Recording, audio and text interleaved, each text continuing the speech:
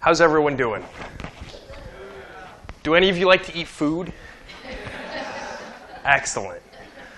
I want to get started today providing some context, thinking about how is it that we got here to talk about just one component of what goes into these cans.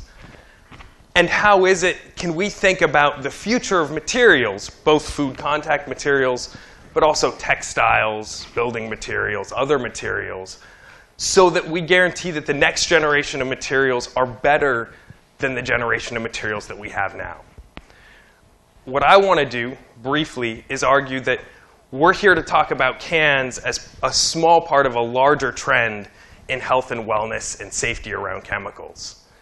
Then I want to invite up Amanda Cattermole, who's worked a lot in consumer product supply chains, to talk about the role of information, technical information, and information about chemicals in those supply chains, to see how just information can start changing what the landscape looks like. And then I want to transition us into today's topic, which are the chemicals involved with the resin that lines cans. And Judy LeKind is going to come up and share some of the work that she did around writing a seminal paper that all of us organizers have read, comparing the resins that are out there now. So I'm going to start big, and then we're going to start digging into what the role of information and then the unique role of cans within this world of materials. And that's going to transition us into the rest of the day, where we can really think about what are the tools that we need and we will use to guarantee that the next generation of materials are better than the current. So you already told me that you all like food. It's a great start. I would say that people's concern around chemistry and chemicals actually started with food. So if you take a look at the organic food industry, the growth over the last 15 years, it's growing year on year by 14%. In the last 5 years, there's been publicly disclosed over $24 billion worth of acquisitions by large food makers of small organic brands. This is driven by a consumer concern about the chemicals that are going into our food. When you do consumer market testing, so this is some results from a market research firm, about why people choose organic, I'm not saying this is all true, but if you ask people why they choose organic and often pay a premium for it, top 5 reasons. Number 1, lack of pesticides. Number 2, lack of herbicides. Number 3, lack of growth hormones. Number 4, absence of artificial colors and flavors. Number 5, absence of antibiotics. Those are the top 5 reasons that people buy organic. We're not talking about land use. We're not talking about local. We're not talking about reducing the nitrogen loading of the water system, all of which are actually important and may be more relevant for organic farming. But when it comes to that point of purchase, why are people doing this? They're looking for an absence of chemicals they perceive to be harmful. I'm not telling you that all pesticides are harmful, but I am telling you that the general consumer trend is away from things that people perceive as harmful. And it starts with what we put in us, and then it goes to what we put on us, our cosmetics, our cleaning products, and then it goes to the things that we wear, then it goes to the buildings that we live in. And so chemistry is in us, on us, and around us. And this trend towards a desire for safer chemistry, I would argue, is not going to go away. And in fact, that's why I've recently stepped away from UC Berkeley to start SaferMade, so that we can invest in the technologies that capture this trend. Those people that are providing both chemical and non-chemical alternatives to provide safer chemicals into the consumer market supply chains. So it's a real pleasure to be here today and to also interact with those of you who are online. And what I want to do for the rest of my limited introductory time before we bring up 2 experts is think about the first question that I think about when I'm looking at a new sector, which are, what are the functions that are needed? Where are the harmful chemicals? And what are all the things we want in the future? That's what's great about thinking about the future. It's always a fight to think about what's currently wrong, but when you talk about the future, we really get to be creative. We really get to think about, what do we want? Is this good enough? Are you happy with all these? So let's start off by taking a look at some of the items up here. We're going to leave cans for last because we know what they are. Anyone out in the audience, are there chemicals that you're aware of in food that you're worried about? We'll say except for bisphenol A. I'm assuming you know about that one. Any other chemicals you've heard about in the news, read about? There have been a lot of stories, actually, in the last 2 weeks about one particular chemical in fast food. Phthalates. Phthalates in fast food. Any others? Bisphenol S. The replacement for bisphenol A. Absolutely. Styrene. This one I love. It blew my mind. So styrene, I think it's worth talking about for a second because most people, when we say styrene, think of the foamed cups that you can't find in California anymore. But that's not the only place you find styrene. Next time you go to your favorite restaurant and get to-go food, and say it comes in a clamshell, something that's dark on the bottom and clear on top, flip it over. Take a look at what's in that number on the bottom. You may, in fact, find that it's a number 6. A number 6 polystyrene.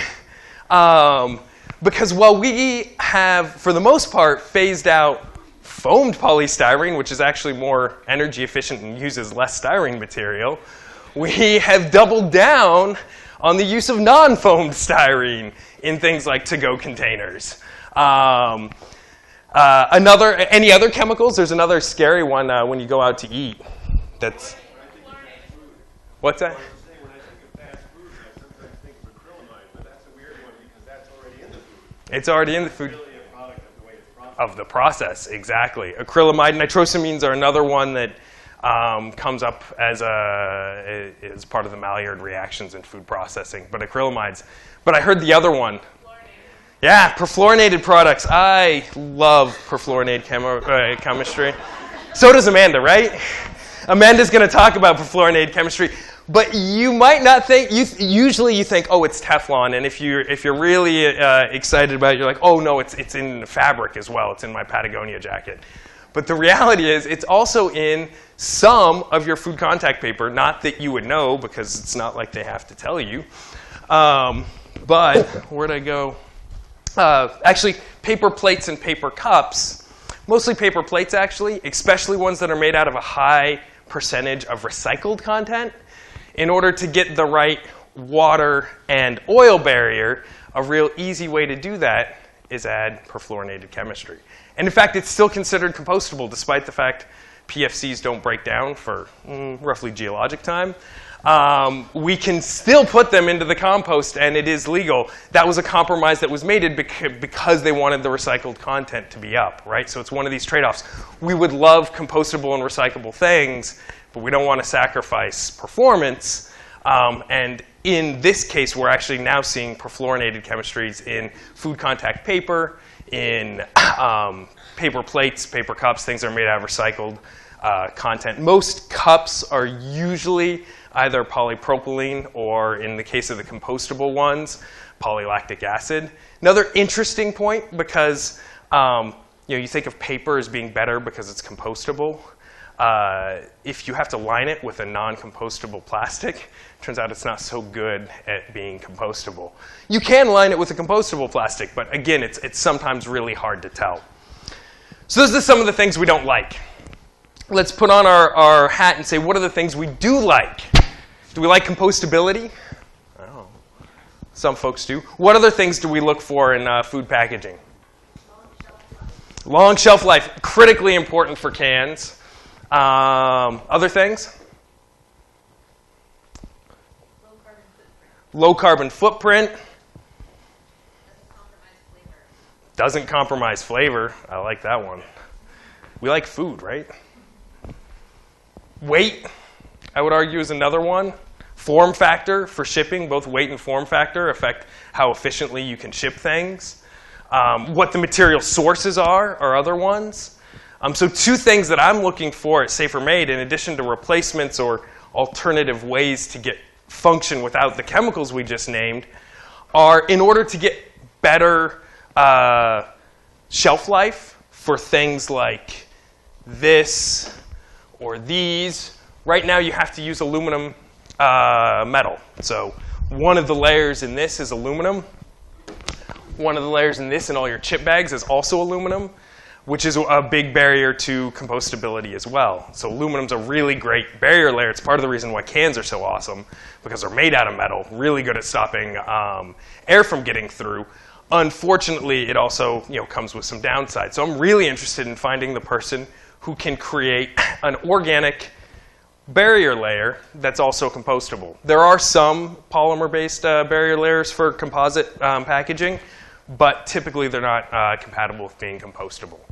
Another thing that I'm really interested in finding are replacements for single use that don't have PFCs or styrene. That's another one that is extremely interesting to us right now. But I hope that gets you started in thinking in both what the future should look like, and the reason why, even though what we're going to talk about today is BPA, it's actually much larger than that, right? Just in the food packaging world, this sort of trade-off analysis for chemical alternatives is something that we're going to need to be doing more than once. So even if you're not critically concerned with the details of BPA, everything that you learn in the later sessions today about what questions should you be asking and how do you weigh that evidence is going to be important no matter whether you're looking for a better textile or a better food packaging thing.